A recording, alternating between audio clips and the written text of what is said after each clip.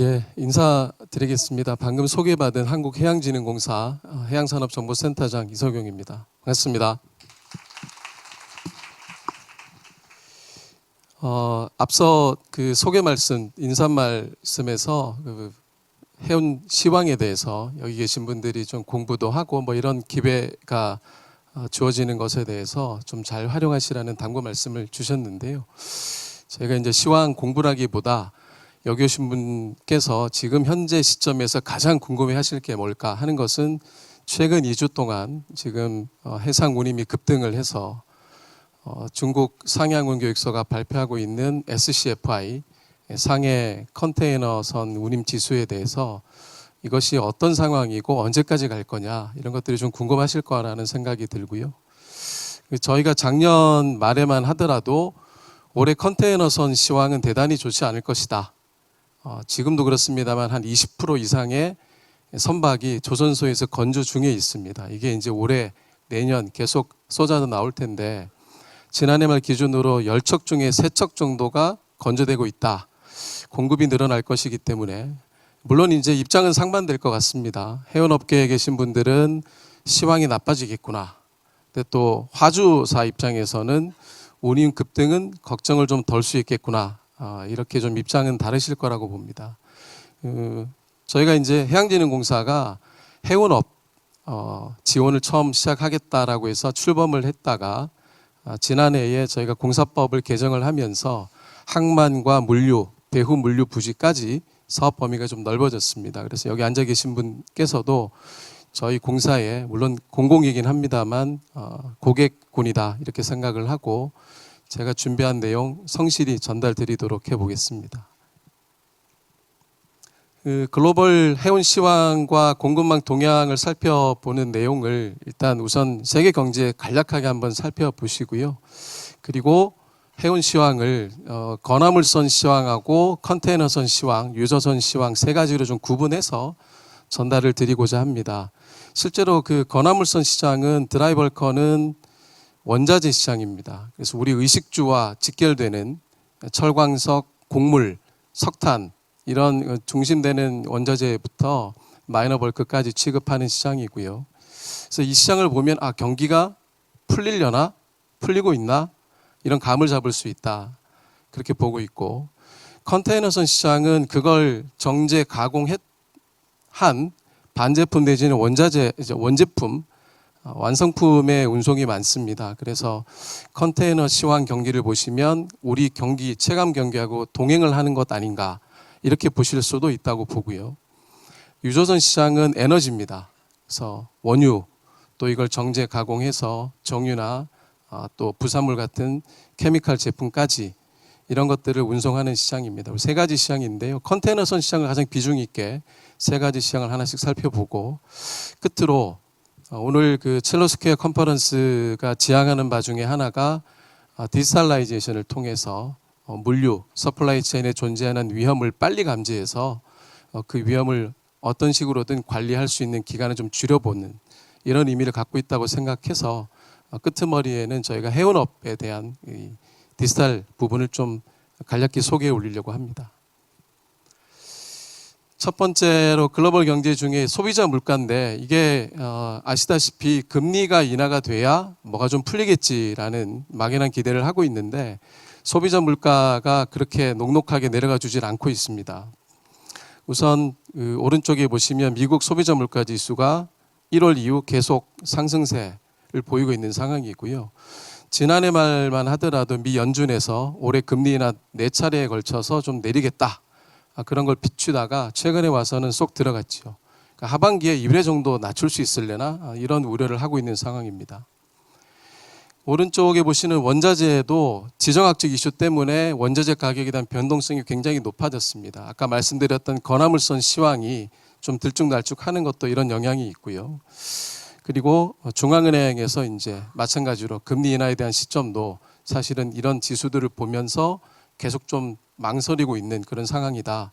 이렇게 말씀드릴 수 있겠습니다. 미국 소비 판매, 리테일인데요. 최근 발표도 그렇고 지금 소비자 경기는 상당히 많이 회복이 됐습니다. 2021년 팬데믹 오기 직전보다 조금 높은 상황으로 가고 있고요. 오른쪽에 주가 지수를 보시더라도 AI 반도체가 이끄는 주력주들 중심 또 금리 인하에 대한 기대감 이런 것들로 인해서 계속 주가는 상당히 좋은 상황이다 이렇게 봐집니다. 중국 경기도 지난해에 봤을 때는 저희가 상당히 우려가 많았습니다. 왜냐하면 팬데믹 기간 동안 중국의 전체 부동산 경기 면적이 한 40에서 50% 줄었습니다. 그래서 부동산 경기가 죽으면 철강석부터 관련된 경기들이 같이 죽죠. 이것이 오래가면 어떡하나 우려했는데 다행히 지표상으로는 우려했던 것만큼은 아닌 것 같다. 현재 그렇게 좀 보고 있습니다. 기준금리는 앞서도 말씀드렸습니다. 2022년 3월 이후에 총 10차례에 걸쳐서 5.5%까지 올려놓은 것이 아직까지 조정을 받지 못하고 있다. 이 상황이 올해 하반기쯤 가야 되지 않겠냐. 이렇게 보는 견해가 압도적인 다수인 것 같습니다. 그리고 당연히 미 연준 고금리 기조 이런 거에 따라서 달러 강세도 계속되고 있고요. 불문율이라고 여겼던 1달러 7위안도 좀 부러졌다가 지금은 다시 7.1위안, 7위안 정상화 정도로 수준을 찾은 상황입니다.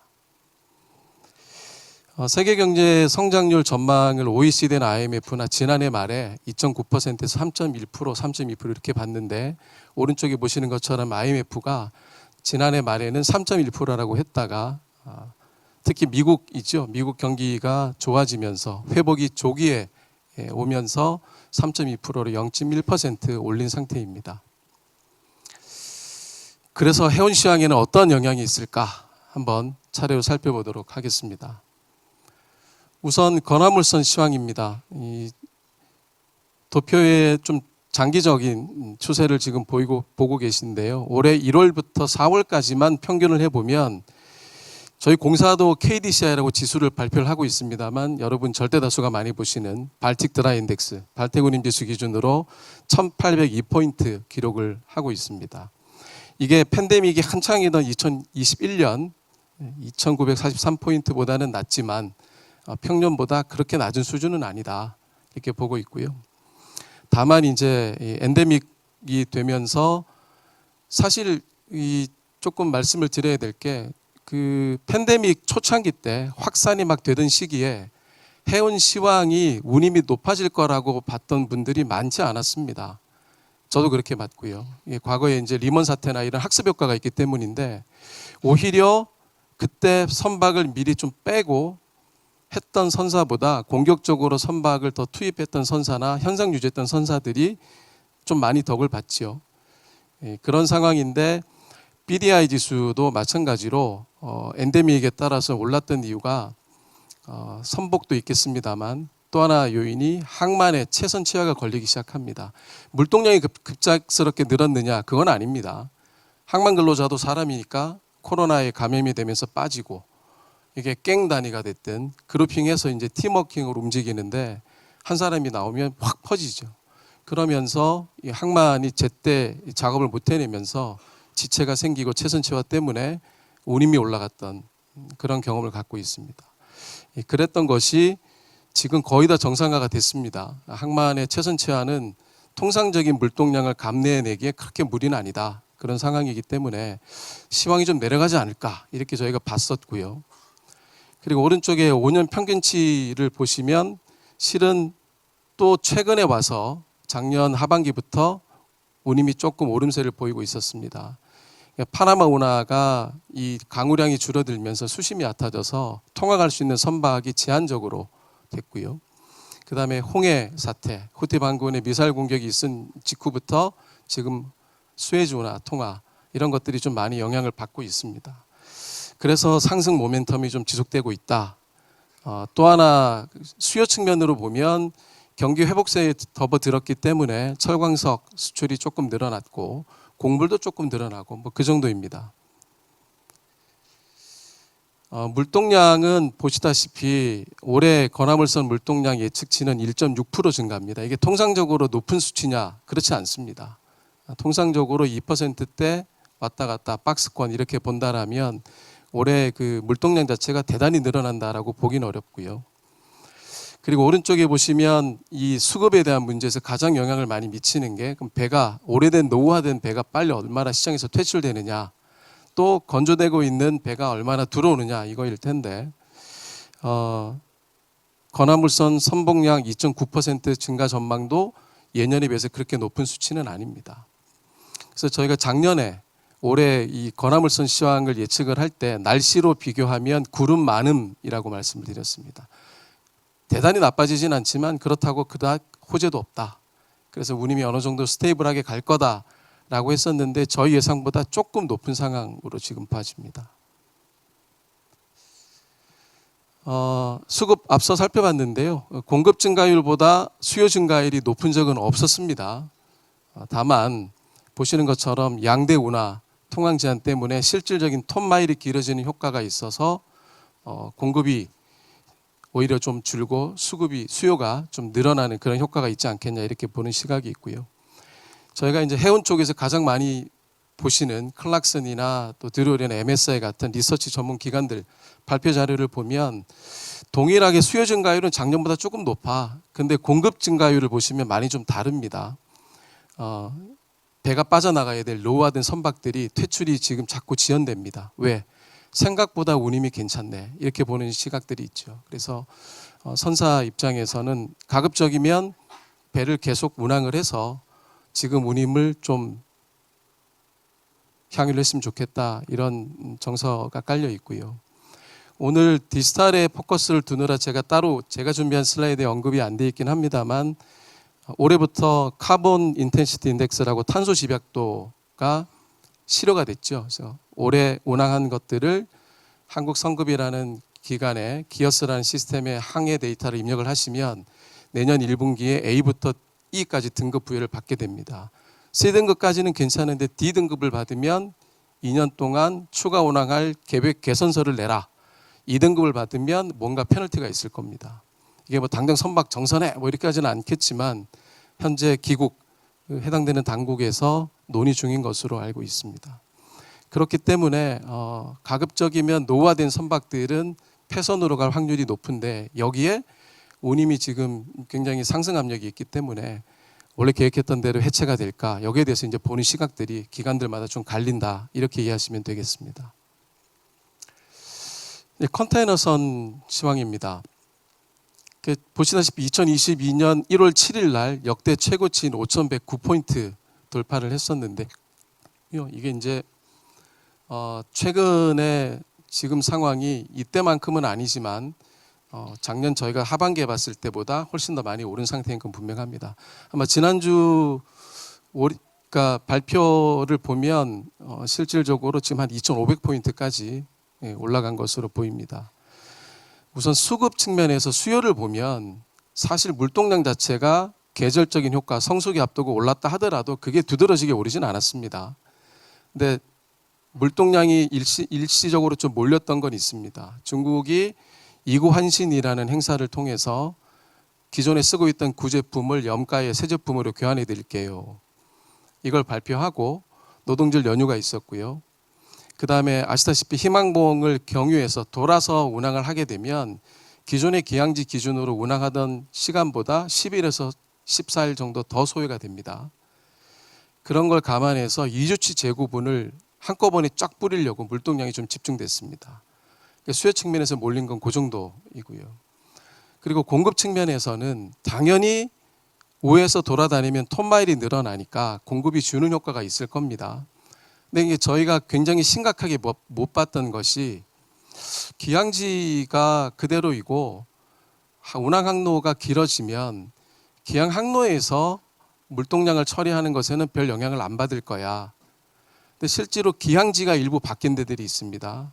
동아프리카나 스페인 쪽에 기항 항만을 임시로 옮겨서 피더를 불러서 피더선도 톤마일이 늘어날 수 있고 그 다음에 그 항만들이 기존의 물동량을 처리할 수 있을 만한 충분한 캐파와 시스템을 갖추고 있느냐 그렇지 못했을 겁니다. 그래서 항만 내에서도 체선체화가 생기고 이게 병목이 누적이 되어 온 거죠. 뒤에 말씀드리려고 했습니다만 이런 정보나 데이터들을 빨리 입수를 해서 거기에 대한 대책을 좀 빨리 세웠더라면 하는 아쉬움이 있습니다. 저희도 현업에 계신 분들, 우리 삼성 SDS도 저희 KCCI라고 하는 컨테이너 운임 비수 패널리스트로 참여해주고 계십니다만 25개 패널리스트의 특히나 항로도 관련돼 있는 쪽에 항로를 취급하는 쪽을 통해서 제가 네트워킹을 가동해서 분석된 그런 내용들을 지금 말씀을 드리고 있는데, 이것이 리얼타임으로 좀 더 빨리 게더링이 되고 대비가 좀 더 됐었더라면 하는 아쉬움은 있습니다. 어쨌거나 공급 측면에서는 그런 톤마일 장기효과, 최선치화 이런 것들이 누적된 겁니다. 거기에 또 하나 마켓 센티멘트도 좋지 않습니다. 캐나다 철도 노조 파업을 한댄다. 근데 이제 이게 중재를 신청을 했기 때문에 강제로 파업을 하기는 어렵습니다만 태업이든 어떤 식으로든 또 나타날 수 있는 우려가 있고, 미 동방만이 올해 9월달 되면 이제 앞서 협약이 만료가 되기 때문에 갱신을 해야 되는데 지금 계속 협의를 하고 있는데 합의점을 도출하지 못하고 있습니다. 이거 나중에 스트라이크하면 어떡하지? 그러니까 이런 정서도 굉장히 불안 요소가 깔려 있기 때문에 화주들 중심으로 빨리 배 잡어. 그래서 지금 6월까지 부킹 끝났고 이 상황이 언제까지 갈 거냐? 대단히 조심스럽습니다만 저희가 특집 보고서를 발간하면서 꼭 집어서 얘기는 하지 않았습니다. 그러나 기본적으로 6월, 7월까지도 이 상황이 갈 수도 있겠다. 그럼 운임이 지금부터 계속 오를 거냐? 급등세가 지난주 급등세만큼은 아닐 것 같습니다. 그러나 급격하게 다시 회복이 되는 수준까지 기대하려면 적어도 6월 지나고 7월 달에 다시 한번 저희가 모니터링을 통해서 봐야 될 필요 있다. 저희가 지금 보는 분석 내용은 그렇습니다. 근데 이제 여기 내용은 실은 최근 2주간에 벌어진 일은 제외하고 올해 전반을 봤을 때에 제가 나름대로 정리한 내용이다. 감안해서 한번 보시죠. 오른쪽에 북미 쪽의 경기 회복세가 뚜렷하다라고 말씀을 드렸는데, 미 서한이 지금 3,900, 동한이 5,300, 지금 조금 더 올라가 있습니다. 최근 2주 사이에. 그 다음에 유럽도 많이 회복이 된 상태이고요.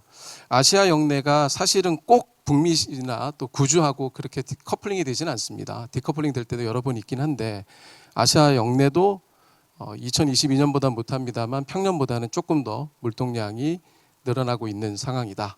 그래서 운임지수가 조금 올라가고 있다. 이렇게 말씀드리겠습니다. 물동량은 전년 대비 4.1% 증가가 원양 쪽입니다. 그래서 경기 회복세에 대한 기대감 때문에 통상 2%보다는 좀 높다. 이렇게 봐지고요. 결정적으로 북미 쪽에서 많이 끌어올리고 있습니다. 그 다음에 오른쪽에 아시아 영내 쪽을 보시면 이게 2022년부터 2023년까지 성장세가 좀 둔화된 상태입니다. 그러나 앞으로 계속 상승 압력은 계속될 것 같다. 이렇게 보는 것이 타당하다. 저희는 그렇게 보고 있습니다. 실제로 최근에 2주 이 운임 급등 사태 관련해서 싱가포르항에 지금 환적이 굉장히 정체되고 있습니다. 지체가 되고 있습니다. 그래서 싱가포르 환적 말고 직계항 쪽으로 움직이려는 그런 것들이 보이고 있고요. 계속 저희가 모니터링하면서 관련된 정보 제공할 계획으로 있습니다. 원래 컨테이너선 시장의 기본적인 문제는 이거였죠. 발주 잔량입니다.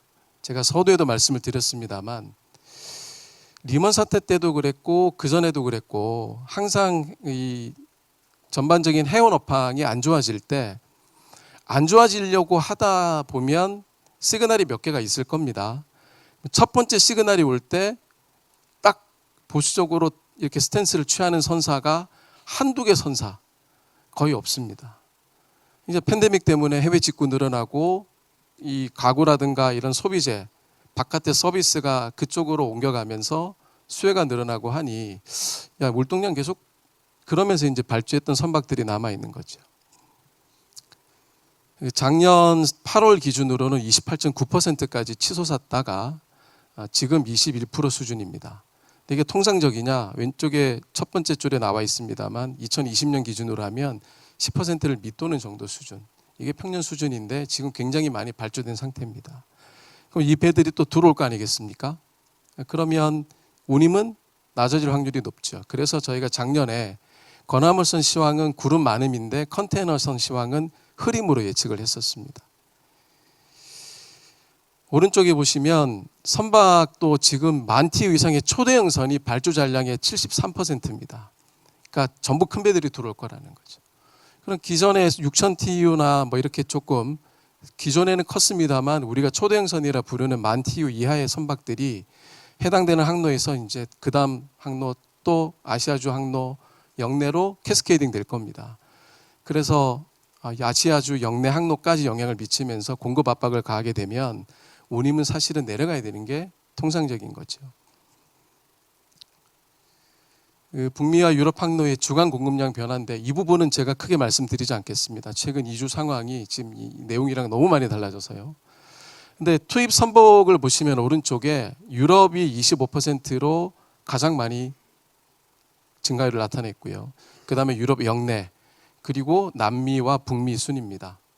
그래서 잠깐 언급을 했습니다만 이게 트렁크 항로라고 할 수 있는 구주, 미주, 거기서 각 영내, 그 다음에 더 작은 피더선 항로로 이렇게 캐스케이딩이 되기 때문에 기존에 조그마한 선박을 운항하면서 운임을 지켜왔던 선사들에게도 운임 압박, 하락 압박이 계속될 것이다. 이것이 전반적인 큰 추세인 건 분명합니다. 컨테이너선 선복 증감률입니다. 그 오른쪽에 보시면 뭐 제가 한마디로 말씀을 드리고 숫자를 일부러 적었는데요. 지금 전체 떠다니는 컨테이너선이 2,800만 TEU, 그 중에 700만 TEU가 신조선으로 계속 공급될 거다라는 얘기죠. 이건 뭐 올해 하반기만 국한돼서 하는 얘기가 아닙니다. 내년, 내후년 상반기까지 이어질 것으로 보입니다. 다만 실질적인 수급보다는 톤마일 증대 효과, 지금 일어나고 있는 비정상적인 지정학적 이슈, 사건, 사고 때문에 지금 운임이 굉장히 비정상적으로 치솟아 있다. 이렇게 이해를 하시는 게 맞을 것 같습니다. 글로벌 주요 기관들이 공급 증가율에 대해서는 굉장히 높게 보고 있습니다. 수요 측면에서는 뭐 기관마다 좀 차이가 있습니다만 이런 것들이 계속 하방 압력으로 작용을 할 것이다. 끝으로 유조선 시장은 간략하게 좀 살펴보겠습니다. 유조선 시황은 저희가 작년 하반기 때 날씨로 예측하기를 구름 조금 내지는 갬입니다. 딴 게 아니고요. 여기도 수급 변동이 큰 게 아닙니다. 실은 러시아 우크라이나 전쟁 때문이죠. 그러면서 러시아의 제재가 가해지고 그다음에 중동의 지정학적 위험이 덮쳐지면서 우회해서 배를 운항하고 또 수급원이 달라지고 이러면서 톤마일이 증대됐기 때문에 운임 시황이 좋은 상황입니다. 그럼 언제까지 갈 거냐? 올해 안에 만약에 러시아 우크라이나 전쟁이 종전이 된다. 휴전 내지는 그렇다 하더라도 러시아의 제재를 생션을 해제하는 데까지 시간이 걸릴 것이고 그러고 나서 원래 물량을 회복하기까지 상당 시간이 소요될 것으로 보기 때문에 많은 분들이 내년까지도 유조선 시황의 운임은 현재 수준보다 크게 떨어지지 않을 것 같다. 이렇게 보는 것이 다수의 견해입니다.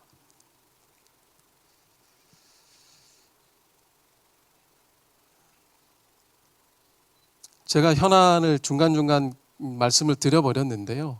그러면 지금 해운 시장, 해운 시황이 어떻게 돼야 지금 현재 문제점들이 사라지고 통상적인 평년 수준으로 돌아올 거냐. 우선 첫 번째로 이제 원래 5월부터 우기가 오는데요. 이 파나마 운하의 수심이 어느 정도 이 홀수를 되찾아서 정상적인 통항이 돼야 되겠다라는 것이고, 그 다음에 두 번째로 보시면 홍해 사태, 이게 아직까지 지금 기미가 보이지 않습니다. 끝날 기미가. 러시아 우크라이나도 그렇지만 또 이란 이스라엘 이쪽에 대한 부분도 아직까지 확전에 대한 불씨가 아직은 사그라들고 있지 않아서 계속 좀 지켜볼 부분인 것 같습니다. 그리고 미 동부항만 중심의 파업 영향, 이 세 가지가 컨테이너선 시황, 특히나 여러 가지 관화물선이나 유조선도 있긴 합니다만 정상화시키는 데 가장 결정적인 현재 현안들이 아닌가 싶습니다. 또 하나 저희 이제 해운업계에서 보는 시각에서 이제 또 현안이 얼라이언스의 재편입니다. 그 미주 항로, 구주 항로 같이 글로벌 선사들이 같이 제휴를 통해서 뛰어드는 항로에서 독자 생존은 어렵습니다. 그 와중에 우리 HMN 국적 선사가 속해 있는 디 얼라이언스에서 이제 하팍로이드가 빠져나가면서 머스크와 손을 잡고 제미나이를 결성하겠다 발표를 했습니다. 이게 사실은 항만에서 오신 분들 같으면 이제 좀 걱정되는 부분이 그 선사들의 모항행도 아닌 부산항에 계속 기항을 할까? 그 물량 빠져서 중국으로 가버리면 어떡하지? 이런 우려도 있을 수 있고요. 또 그것 때문에 한일 간 노선, 우리가 굉장히 경쟁력 있게 지금 운항을 하는 노선인데 한일 노선보다 중일 노선으로 그 물량들이 가는 거 아니야? 이제 이런 우려들이 아직까지 좀 남아 있긴 합니다. 실질적으로 그 디얼라이언스가 전체 얼라이언스 중에 차지하던 게 18.8%였는데 이게 11.8%로 뚝 떨어집니다. 그러니까 ONE 일본의 컨테이너 선사 전체 통합 법인이죠. HMM이 합쳐서 신규 인도로 투입 가능량 20만 TU인데 실제로 80만 TU 정도가 필요하다.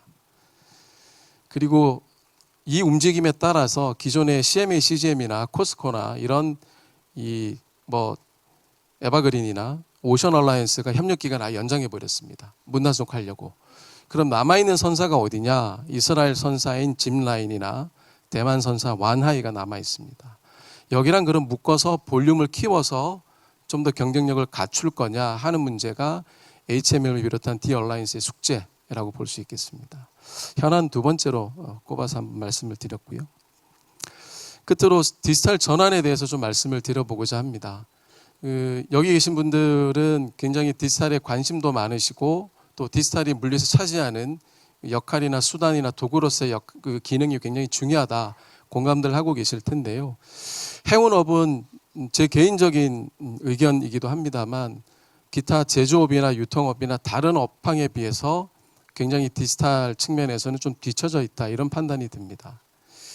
그 해운 쪽에서도 머스크라든지 얼마 전에 2M이 결별하긴 했습니다만 전후방의 인수합병을 통해서 서플라이 체인의 상당 부분을 커버하는 종합물류기업으로 가겠다. 그러면 인수합병으로 업체를 인수를 했지만 실질적인 서플라이 체인과 그 서플라이 체인에 관여하는 여러 가지 서비스들을 묶기 위해서는 디지털 도구밖에 없지요. 그런 면에서 굉장히 많이 앞서간다. 또 여러 가지를 고민하고 계셨다라고 봐지는데 그런 것들이 최근에 와서는 이제 플랫폼 서비스로 서로 다른 시스템, 서로 다른 정보망 그리고 데이터의 오너십이 다 다를 텐데 우리가 서플라이 체인에 존재하는 이 플로우에 따른 정보는 다 필요해. 그러면 그 정보망에서 어떤 데이터, 여기서는 어떤 데이터. 이걸 공유해서 같이 볼 수 있도록 하자라는 게 최근 플랫폼의 흐름이죠. 해운업도 이렇게 바뀌어가고 있는 것은 우리가 주요 해외 주력 선사들을 보면 목도할 수 있습니다. 다만 우리 국적 선사들의 현주소는 어떨까? 저희가 공사 내부에 해양 디지털 팀이 생기면서 저희가 현안부터 한번 들여다보자라고 해서 작년에 KMEC을 통해서 평가를 해봤습니다. 31개사 진단을 했는데요. 왼쪽에 보시는 것처럼 대기업은 전체 레벨 5 중에 레벨 4에 해당이 됩니다. 그런데 나머지 기업들이 다 평균치보다 낮은 상황. 특히나 컨테이너선 기업은 규격화된 표준화되어 있는 컨테이너 20피트든 40피트든 장척이든 이게 이제 도어-투-도어 문전 수송까지를 커버하는 거다 보니 데이터 이 디지털라이제이션이 굉장히 많이 그래도 신경을 써왔다. 근데 나머지 선사들은 포트-투-포트로 서비스가 끝나기 때문에 그렇게 투자를 하지 않았다. 이렇게 보입니다. 여기서 저희가 이제 여러 가지 그 의견 정책을 좀 발굴해서 올해부터 이행하는 계획을 수립을 했고 이행해 나가고 있는 중입니다.